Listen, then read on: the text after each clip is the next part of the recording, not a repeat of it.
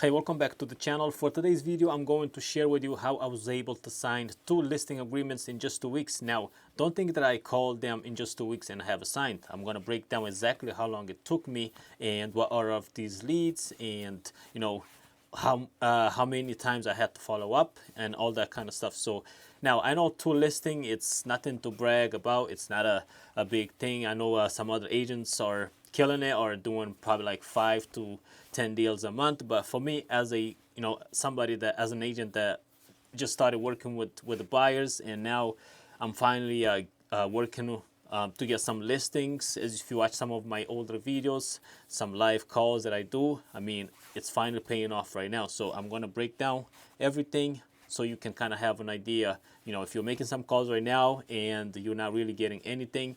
So I'm going to break down how long it took me to actually get in front of them and actually have the agreement signed. So the first one was it was a FSBO. So it was a FSBO, and I have everything here on my laptop. I track down all my numbers.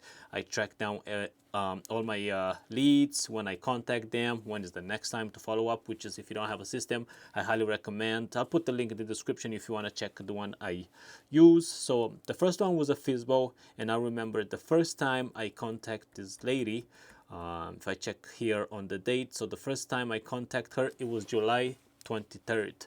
So we're in end of September right now, so that's about 2 months. So I remember when I called her, she told me, I'm gonna give it a try on my own for about 2 weeks. Maybe you can check with me in about 2 weeks. Okay, fine, no problem. Then I waited about 3 days and I called her again. I remember it was on a Sunday. We talked for about 13 minutes, and she started telling me she wants to sell this, she wants to buy a garage, blah blah blah. I was like, okay, no problem. If you want, I can meet up with you and we can go over some numbers. She was like, no, I'm okay for now. Just keep checking. Then I sent her a text, sent her my information, my business card. She didn't say anything. Sent her another text like a couple of days later, nothing. And then she started texting me back.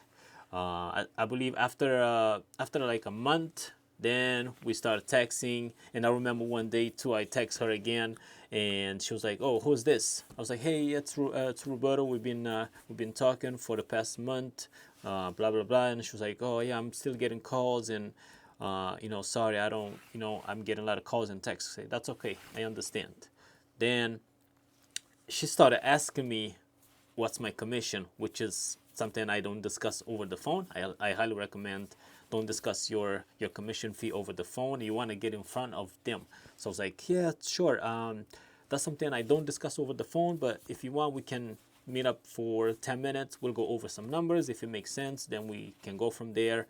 She was like, okay, I'm going to make a decision by the end of August. So I called her in July. She was like, but by the end of the August, check back with me, then I'll make a decision. I was like, okay, no problem. I'll check back with you at the end of August. But as you know, you have to follow up really heavy. And she took the house off market. And I remember middle of August, I sent her another text. Hey, I know you say you'll make a decision at the end of August, and just checking in if that's still the case, if you're still open to meet. She was like, all right, so I'm going to be at the house I think it was end of August. She's like, I'm going to be at the house. I'm meeting Eversource there. Can you meet me there at 9 o'clock? It was on Thursday. I was like, yes, I can meet you there Thursday, 9 o'clock. She's like, perfect. So I met with her, super nice lady. I was very nervous, as you go meet with the sellers, you get very nervous. So I was very nervous. I met with her, super nice lady. She showed me the place, and she told me she actually bought the house for her son-in-law that was moving to town but didn't end up moving anymore. She bought the house just over a year ago, and now she wants to sell it because the house is vacant. So she wants to sell it, and she also bought the house cash. Now, we chat for a little bit. That lady been in the real estate business for a while. She been buying, selling. So we chat for a little bit. I'm over there with my agreement, and in my mind, I'm like, I think I got this. And then she also mentioned I met with another agent as well, And also too, make sure you get there on time. So I was there like 10 minutes before our meeting. She was, she was very happy with me, and we chat, and she showed me the place. In my mind, I'm like, damn, I got this. I think I got this. All right, so now she was like, okay, let's talk about numbers. I kind of print out some market analysis that I took with me, and we went over some numbers. She was, she had a price, I think it was at 412. So, I kind of went, I was like, all right, so if you want to get this thing sold, what I usually do, I recommend go under market value. Don't price it too high. If you price it too high, then you're not going to have that many buyers coming in. So we need to price this at at a price that it's going to make sense. So I end up suggesting we price it at 380,000. She was like, let's do 397. So I was like, okay, I think that's still not bad. So in my mind, I'm like, okay, at this. So then I pull out my listing agreement, and boom, this is where she hit me. She was like, all right, so I'm gonna talk to my husband. I'm traveling. I'm going on vacation for 15 days, and when I come back, she was like, I'll be back September 15. You can call me or you can text me. Then we'll meet up again. Then I'll sign with you. So in my mind, I'm like, damn, she's not signing today. I don't think she's gonna sign. I was like, all right, I respect it. Then I was like, if you want, I can get started. I can even if you don't want to go on the market yet, you want to go when you come back. If you sign the agreement, I can get started. She's like, I'm gonna wait. I'm gonna wait. When I come back, she said, I'm gonna go with you. I met with another agent, but I like you. You're very professional, so I'm gonna go with you. I was like, all right, sounds good. Sounds good. So then I was like, okay, I will check when you come back from vacation. So I waited about 2 weeks. I'm over here waiting. I'm like, damn, should I text this lady? Then I waited on, it was September 14, which was on Sunday. And I sent her a text. It was Sunday afternoon. She was like, hey, I was like, hey, hopefully you had a great vacation. Let me know what time tomorrow you want to meet. She was like, hey, thank you. Had a great time. Can you meet me tomorrow at the house at 7 p.m.? I was like, yes, I'll meet you there. Perfect. Then I went there the next day, took my listing agreement, and right there, she was like, okay, now let's go over some numbers. Let's go straight to it. And so she was like, okay, like I told you before, I want to go with a 397. I was like, all right, you can go with the 397. That's up to you. I suggested 380, but if you want to give it a try, 397, because she was like, then we can drop the price. And I was like, it's not going to look good if, you drop the price. She was like, oh, yeah, let's go with 397. So she signed the agreement. We went over. I told her my commissions. She was okay with that. And so we went 397. So I got it there with the listing agreement signed. So I got back home the next day. She texted me. She said, can we do 387 instead of 397? I was like, yes, great. We could do 387. So everything went smooth. Now, that goes to tell you that you really need to follow up heavy. Especially with this FSBO, you call the first time, the second time, they're not going to sign the agreement with you right away. It's going to take some time. So I think 2 months, it's not bad at all. And so I signed it last week. I put it on the market, and we already got an offer on it over asking price, which is, I'm grateful for it. And she was like, nice job. And not only that, she also has another house, another investment property that she showed me. She wanted me to do market analysis that she's going to sell that next year. And also she might buy some more houses. So this one phone call that I made could potentially bring me thousands of dollars. Now, these two that I signed last week, so the lady's house I signed for 387, and then the other one that I signed 2 days ago, that one was for 625. So that puts me a little bit over $1 million in listing agreement. Is it something crazy? No. Something to brag about? No. But like I said, as for someone that it's new to calling, and if you watch some of my videos, you can see how I struggled, but I didn't give up, and I'm getting better every day. and I think this is it's a good thing for me. It's a good beginning. So now let's go to the next one. Let me break down the next one. This one, it took me even longer. This one. So the first time I called this guy was all the way back in May. That's when I first started calling. I was like maybe 1 month into it. So when I called him, it was another guy that answered the phone, and I asked, "Hey, I was calling about a property that I saw, came as expired. He was on the market for about 3 months," and he was like, "Oh, what property are you talking about?" I gave him the address, and he was like, "Oh, that's my dad's property. Let me give you his phone number, and then you can call him." I was like, "Yeah, sure. Give me his phone number, then I'll call him." So when I called the guy, he was like, "Yeah, yeah." And I was like, "How did you get this number?" "Yeah, I spoke with your son. He gave me your number, so I was reaching out about the property you had for sale. I'm local.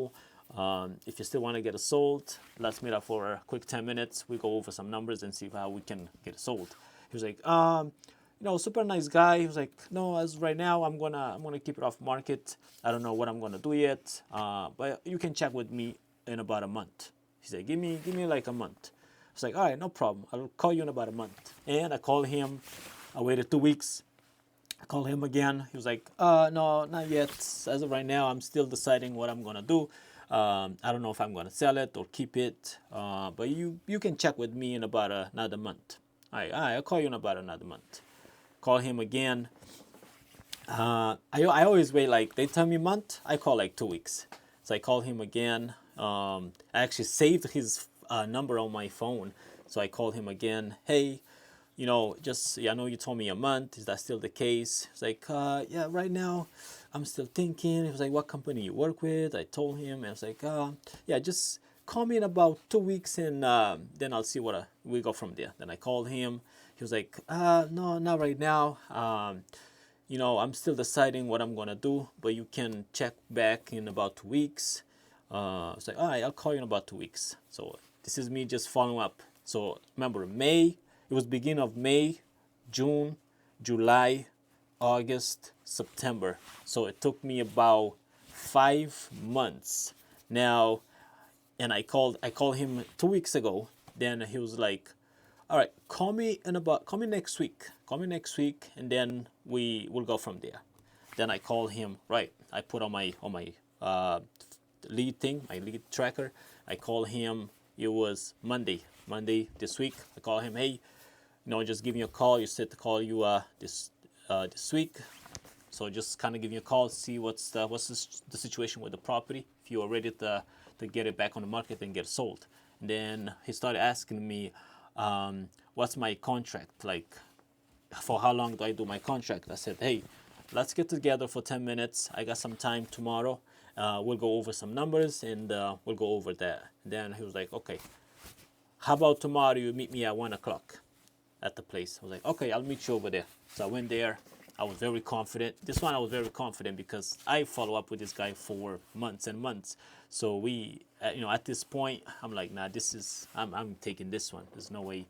So I met with him. He showed me the place, and at this time, he was so sure that he was gonna hire me. So he showed me the place, tell me about it, and then we sit down.